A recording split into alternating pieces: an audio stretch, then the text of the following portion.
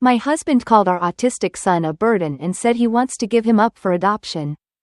From the very beginning, when I met Jason, I felt like we were meant to be together. We were in our mid-20s, both fresh out of grad school and ready to take on the world with big dreams and ideals. Jason was charming, with a dry sense of humor and a sense of responsibility that I admired. He wasn't just my boyfriend, he was my best friend. And I imagined spending the rest of my life with him.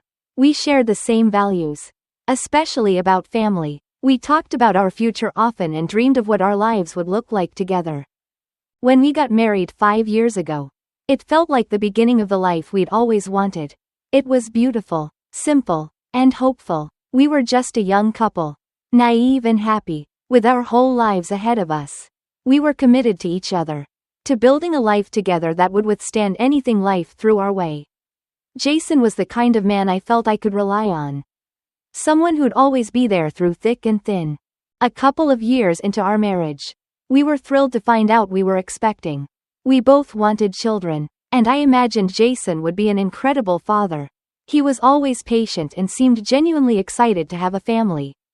Talking about everything we'd do with our child as they grew.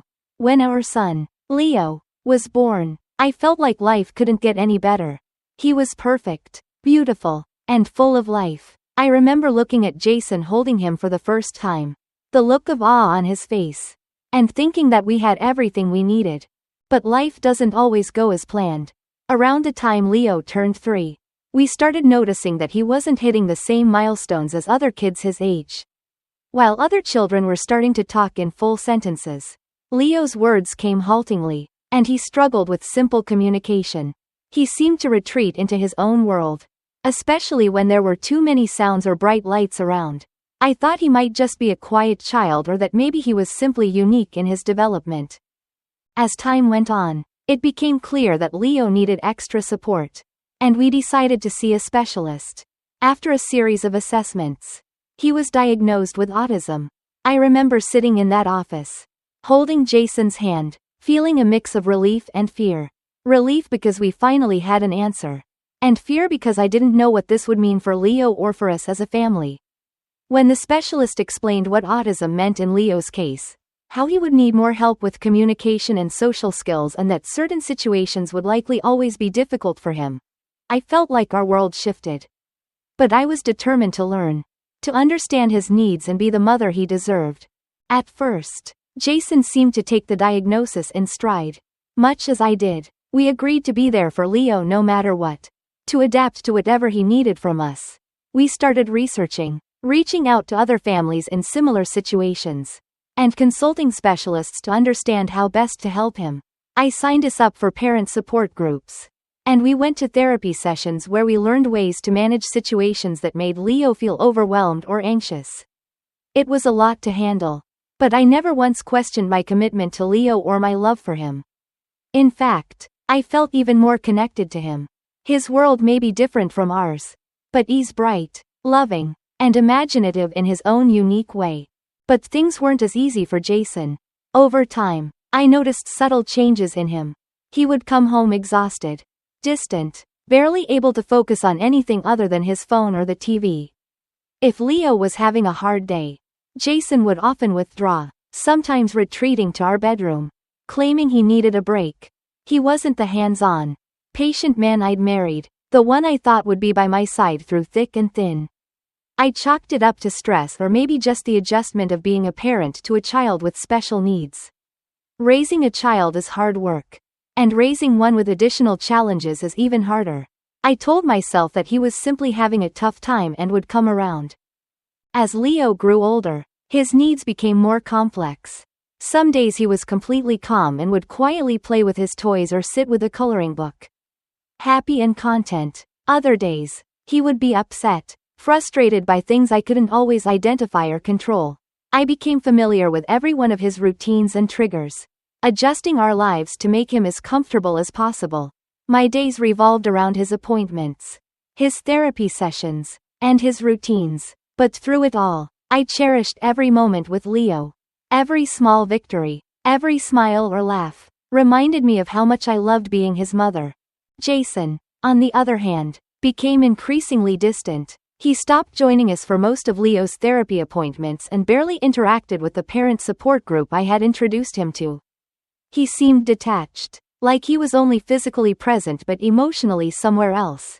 When Leo had meltdowns, Jason would tense up, his frustration clearly visible, and sometimes he would leave the room, muttering under his breath or letting out an exasperated sigh. I tried talking to him, encouraging him to open up about how he was feeling. I suggested he talk to a therapist or find an outlet to help him deal with the stress. But he always brushed me off. He'd say things like, "It's fine," or, "I'm just tired," and would end the conversation. I felt like I was losing him, like the man I'd married was slipping further and further away from me. And I didn't know how to reach him. There were times when I would catch him watching Leo with a strange look on his face, some mix of frustration and sadness that I couldn't quite understand. I could tell that he was struggling, that he felt overwhelmed, but he never fully opened up to me about it. I didn't want to push him too hard, hoping he'd find his way back to us on his own.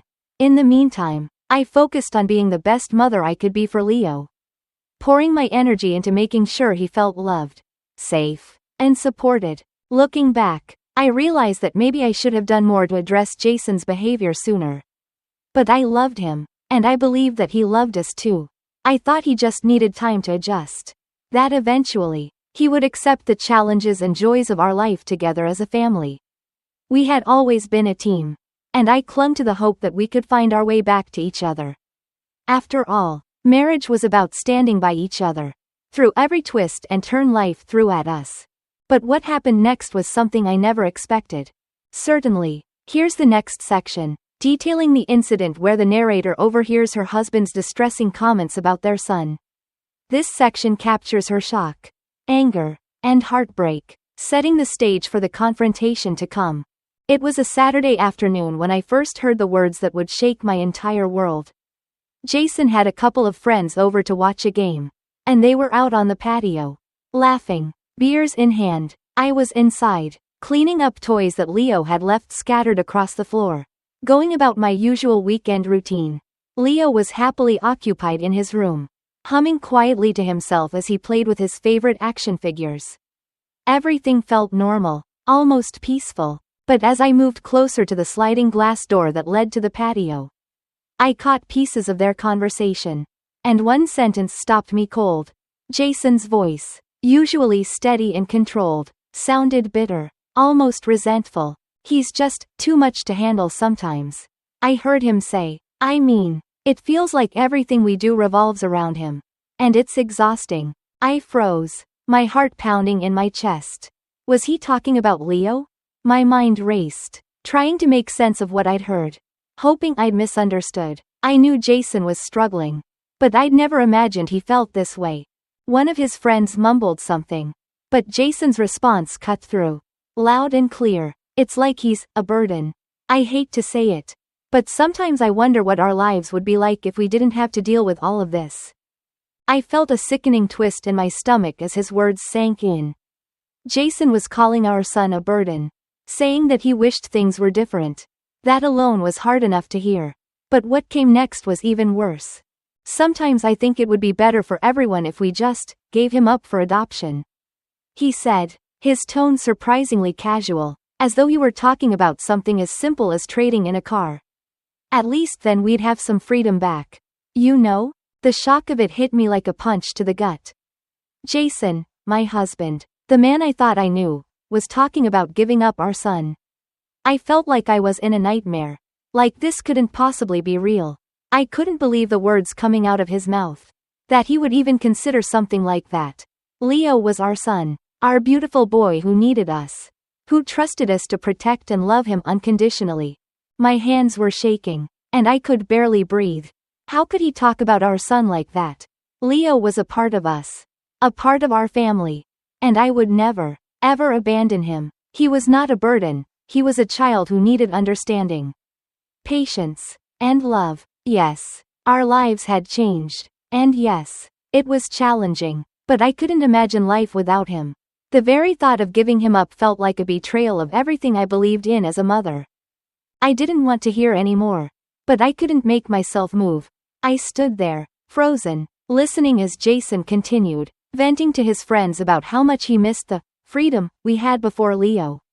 Before all of this, he kept saying, as if our son's existence were nothing more than an inconvenience, an obstacle standing in the way of his happiness. He even said he felt like he was stuck with this life, as though he had been forced into something he'd never wanted. Hearing him talk that way, like Leo was just a weight dragging him down, filled me with a rage I'd never felt before. How could he be so selfish? So heartless? Leo was a child, his own son, a beautiful, sweet, innocent boy who didn't ask to be born, let alone to have challenges that required extra care. I knew things were hard, that we both struggled at times, but I had never, in my darkest moments, considered the things Jason was saying. I stepped away from the door, my chest heaving with a mix of anger and pain. I couldn't let Jason see that I'd hurt him. Not yet. I needed a moment to gather myself, to figure out how I was going to confront him. My mind raced with questions, with disbelief and fury, with the desperate urge to protect Leo from this man who was supposed to be his father. How could I face him, knowing what he truly thought of our son? But I couldn't ignore it. I couldn't pretend I hadn't heard the words that had shattered everything I believed about our marriage. I had to confront him, to make him see the impact of what he was saying. And more than that, I needed to understand why. Why would he say such horrible things about our child? Had he felt this way all along, hiding his resentment until he could no longer keep it in? I waited until his friends left, pacing the living room as my anger simmered, barely contained. When he finally came inside, I took a deep breath, bracing myself. He looked at me, oblivious to the storm brewing inside me, and I felt my anger flare. "Can we talk?" I asked, my voice as steady as I could manage. "Sure," he replied casually, setting his empty beer bottle on the counter. "I didn't waste any time. I overheard you outside, talking to your friends." Jason froze, his face going pale. He looked at me, and for a moment, I saw a flash of panic in his eyes. But then, as if to cover his own discomfort, he shrugged, trying to brush it off. "Look, I was just venting," he said, his tone dismissive. "You know how it is. I was just blowing off steam." "Blowing off steam?" I repeated, barely able to keep my voice from trembling with anger. "Jason, you called our son a burden. You talked about giving him up for adoption. How can you say that and just call it blowing off steam?" He avoided my gaze, his face hardening as he crossed his arms. "It's not like I meant it literally. I was just talking to the guys. It doesn't mean anything." "Doesn't mean anything?" I felt a surge of hurt and frustration, my voice rising despite my best efforts to stay calm. "Do you even realize what you said? How can you talk about our child like that? He's not a burden, Jason. He's our son." Jason's expression shifted, a mix of anger and defensiveness crossing his face. "You don't understand," he said, his voice tight. "It's not easy for me either. You know? You think I don't feel the weight of all of this? Sometimes it's just too much. Sometimes I feel like I can't handle it." I shook my head, unable to comprehend his response. "You think I don't understand? I'm here every day, taking care of him, making sure he's okay. I know it's hard, but that doesn't mean we get to give up on him. He's our child, Jason. We're supposed to be here for him, no matter what." He looked away, his face a mask of frustration. "I just don't know if I can do it. All right? I didn't sign up for this." The words hit me like a slap in the face. I didn't sign up for this. The man who had once promised to stand by me through anything was now standing here, admitting that he couldn't handle the life we'd built together, that he didn't see our son as the beautiful, wonderful child I saw, but as a burden, something holding him back. In that moment, I felt the full weight of what I was facing. This wasn't just a passing frustration or a moment of weakness. This was a man who had fundamentally failed to accept his role as a father, who saw our son not as a blessing but as an obstacle in his life. I knew then that things had changed, that I couldn't simply ignore what I'd heard. The life I'd envisioned with Jason, the family I thought we were building, felt like it was slipping away, shattered by the truth he'd been hiding all along. The questions swirled in my mind, unrelenting. Could I stay with a man who saw our child as a burden? Could I continue a life with someone who, even for a moment, entertained the thought of giving up on our son? Standing in the kitchen, my heart pounding in my chest.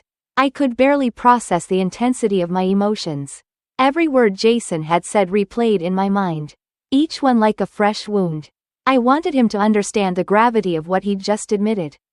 For him to feel even a fraction of the pain he'd caused me by suggesting Leo, our sweet son, was somehow holding us back. I could hardly believe that the man I had chosen to spend my life with, who had once held our newborn son with awe, had reduced Leo to a mere burden. My mind kept circling back to that word. How can you even say that? I said, my voice trembling with emotion. How could you talk about Leo like that? He's not a burden, Jason. He's our son. And he needs us, both of us. He looked at me, his gaze hardening as though he were already steeling himself against the confrontation. Look, I know what you heard. And I get that you're upset. But you don't understand what it's like. You're always the one who seems to have it all together. You're always managing everything. But for me, it's too much. Sometimes I feel like I'm drowning. I could feel my hands shaking. And I clenched them into fists, willing myself to stay calm. You think I'm not struggling too? I asked, my voice laced with frustration. Do you think this has been easy for me? I love Leo with everything I have. But that doesn't mean I don't feel the weight of it all too. But I'm not even considering giving up on him. The thought of abandoning him has never, for even a moment, crossed my mind. Jason sighed heavily, running a hand through his hair, looking down and away from me. I didn't say I wanted to abandon him. He mumbled, his tone defensive. It was just a thought. Something I said to vent. It's not like I meant it. You don't get to say something like that and then just brush it off. Jason, I replied, my voice growing sharper. You called him a burden. Our son, the same boy who lights up every time he sees you. Who's just a little different but no less deserving of love. And then, on top of that, you talked about putting him up for adoption. Like he's just disposable. He didn't respond right away. But I could see the frustration growing on his face. Like he resented that I was putting him in a position where he had to explain himself. Do you even see what you're doing? He finally snapped. His voice louder. You're always putting him first. No matter what. You don't think about how this affects me too.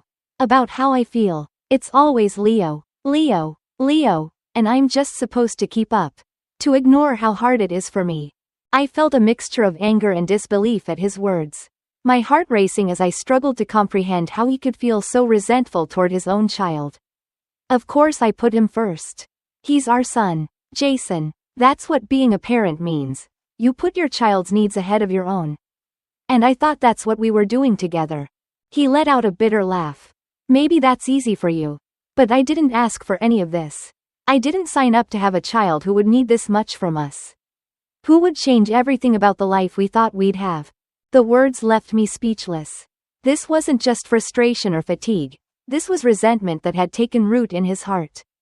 A resentment so deep that he couldn't see the beauty in Leo's unique needs or the joy in our son's small victories.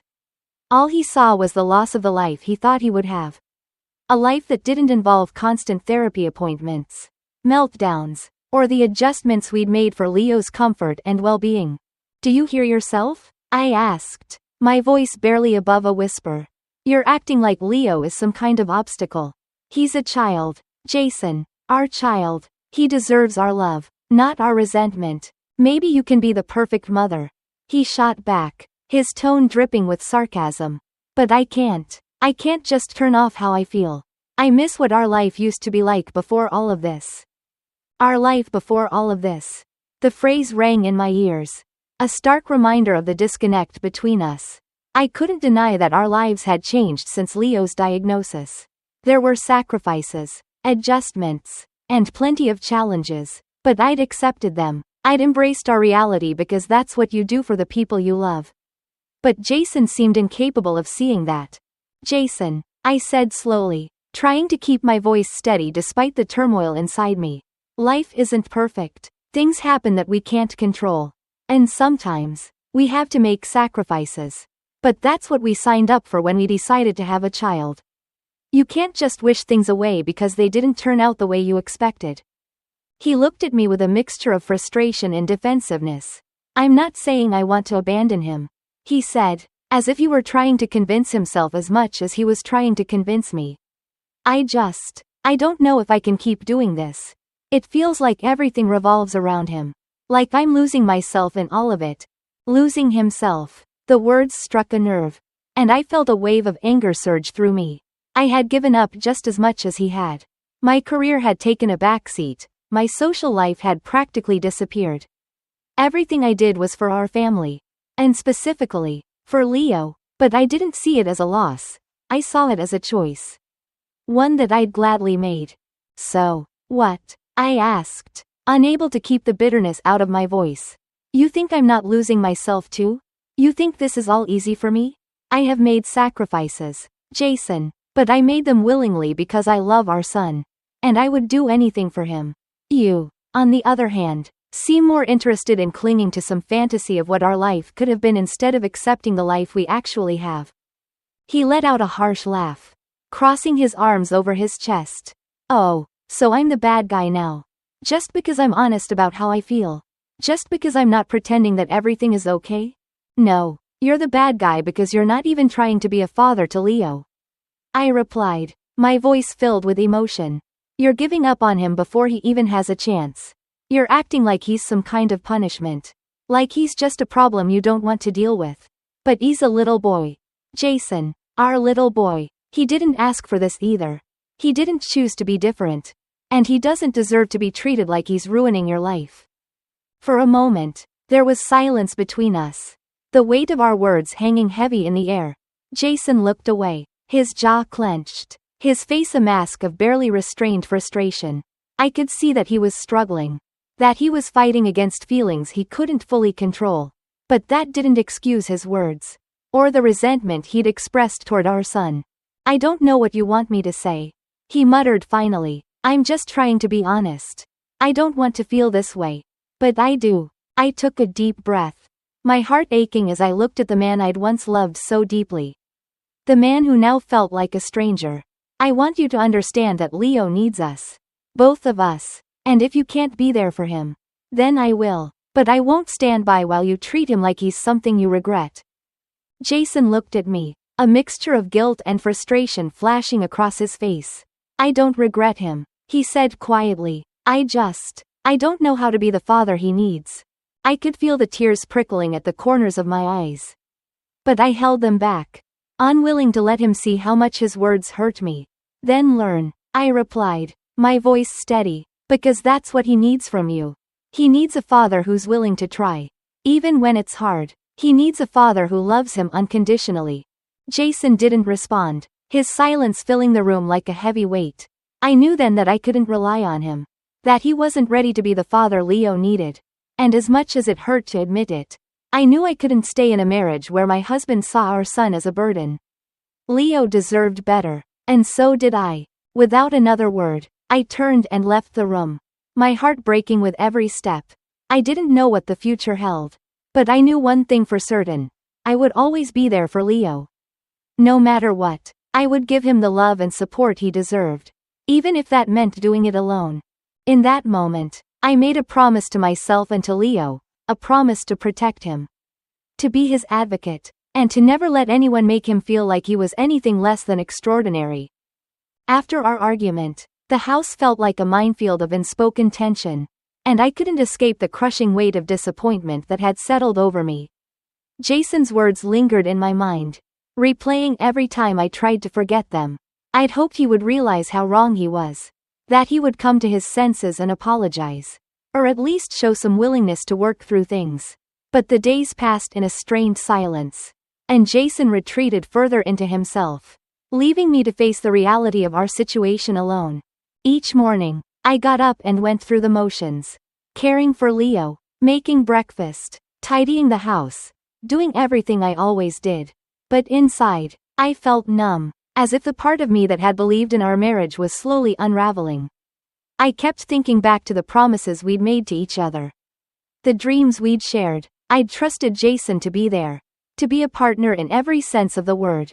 But he had shattered that trust. And no matter how hard I tried, I couldn't see a way to repair it. Leo, blissfully unaware of the turmoil around him, became my anchor. Each day, his presence reminded me of the beauty and innocence of life. The joy he brought into our home despite the challenges. His laughter was like a balm to my wounded heart. And I found comfort in his small victories. Watching him concentrate on a puzzle, or smile as he completed a task, made every struggle worth it. I knew I had to stay strong for him, to be the mother he needed and deserved. One evening, as I tucked Leo into bed, he looked up at me with those wide, trusting eyes and smiled. "Mama," he whispered, snuggling under his blankets. "Yes, my love," I said, brushing a strand of hair from his forehead. He reached out to hold my hand, his grip small but strong. "Love you, Mama." My throat tightened, and I forced back the tears that threatened to spill over. "I love you too, Leo, so much." After he fell asleep, I sat beside him for a long time, listening to his steady breathing, feeling the warmth of his little hand still clinging to mine. In that moment, I made a promise to myself. I would do whatever it took to ensure that Leo had a safe, loving environment, even if that meant making the hardest decision of my life.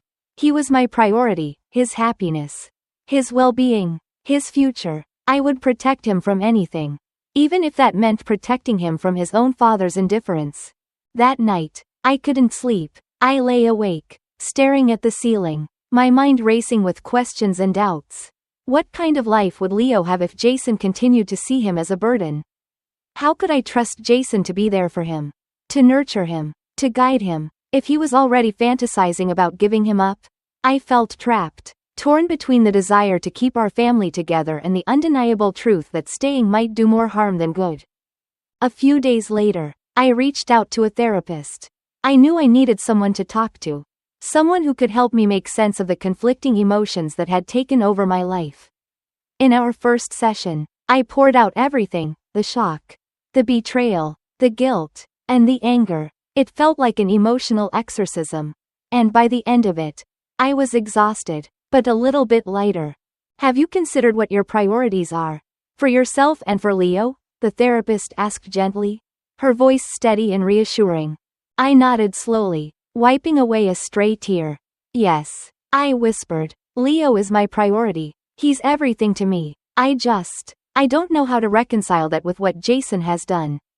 "It's normal to feel conflicted," she said, "but it's also essential to recognize that your son needs stability, love, and acceptance. And from what you've shared, it sounds like you've been providing that in abundance.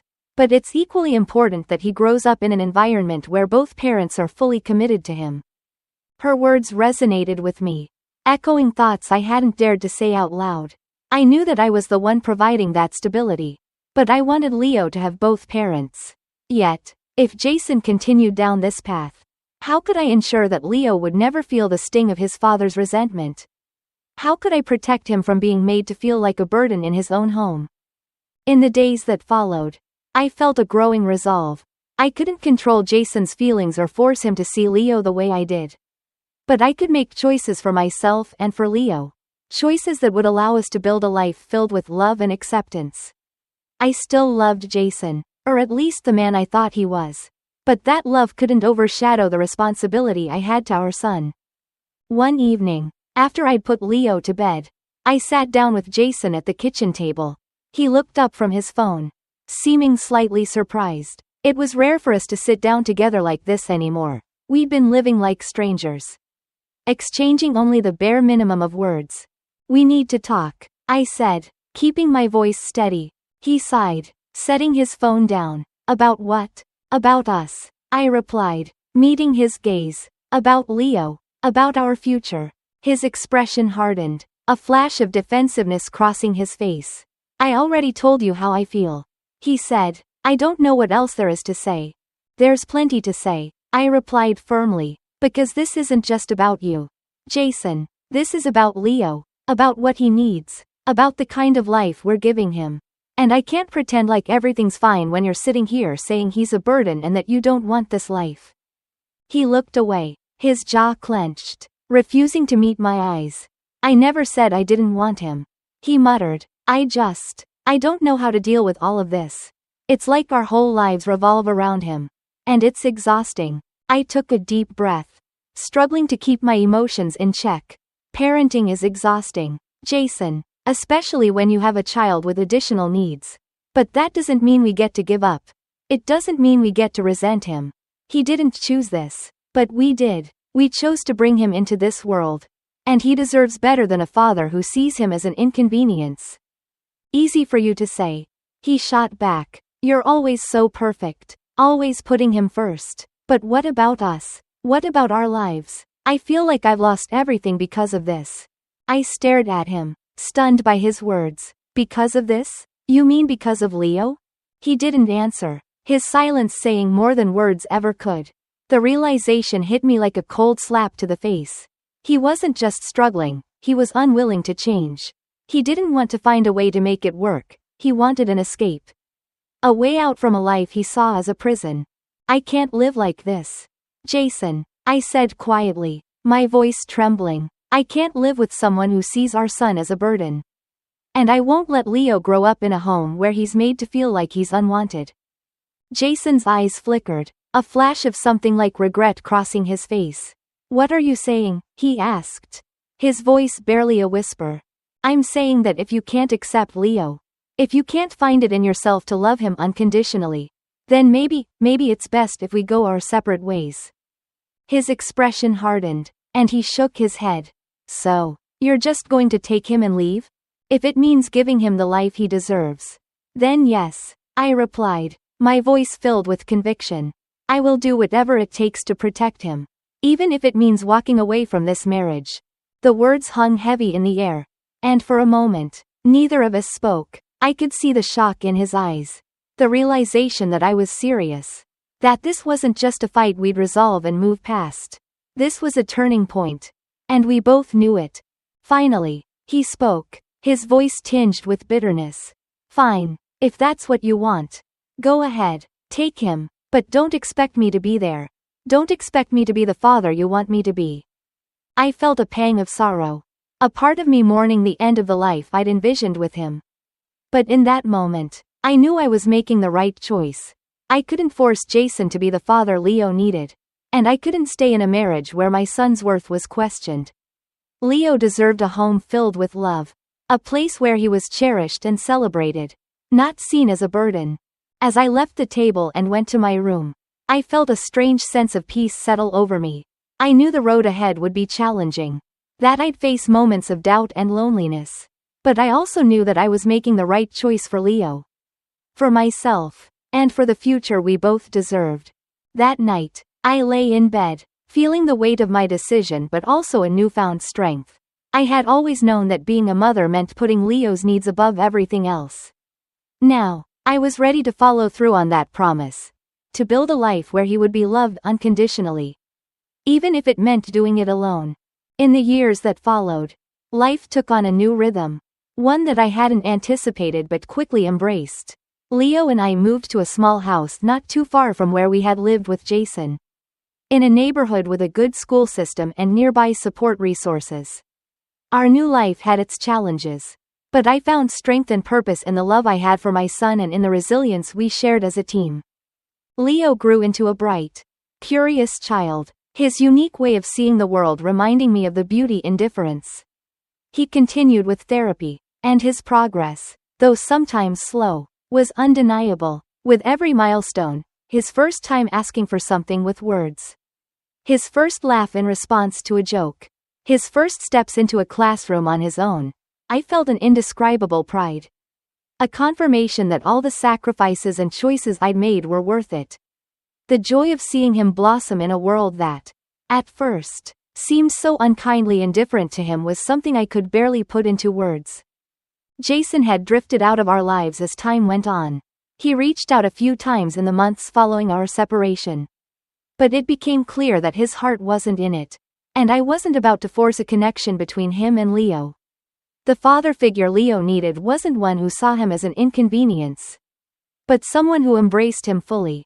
Eventually, Jason stopped calling, his absence leaving a gap in our lives but one that healed with time and acceptance. I mourned the life I had once envisioned, but I knew in my heart that our family, though smaller, was stronger because of the love and acceptance that filled it. In place of that idealized family, I found a different kind of community. I connected with other parents who shared similar experiences. Some raising children with autism, others facing entirely different challenges. These friendships became pillars of support and understanding. People who celebrated every triumph and empathized with every setback. Leo grew up surrounded by love and support. And though our family didn't look like everyone else's, he knew he was cherished and protected. Looking back, I felt grateful for the journey we had taken. The doubts, the heartbreak, and the difficult choices had all led to a life that was deeply fulfilling. Even if it was different from what I'd imagined, Leo's laughter filled our home. And I cherished the small, quiet moments with him that made every struggle worthwhile. He taught me patience, resilience, and a new kind of joy. One that came from witnessing his spirit grow and flourish. One evening, as we sat on the porch watching the sunset, Leo turned to me, his face lit with a quiet curiosity. "Mom," he asked, "are we happy?" The question was so simple, yet it held so much weight. I looked at him, my heart swelling with love, and smiled. "Yes, sweetheart," I said, pulling him close. "We are very happy." And we were. We had created a life filled with understanding, acceptance, and unconditional love, a life where Leo could be exactly who he was, without fear or apology. And as I looked out at the setting sun, I knew that the road ahead, though uncertain, would be filled with hope and resilience. For as long as I had Leo by my side, I had everything I needed.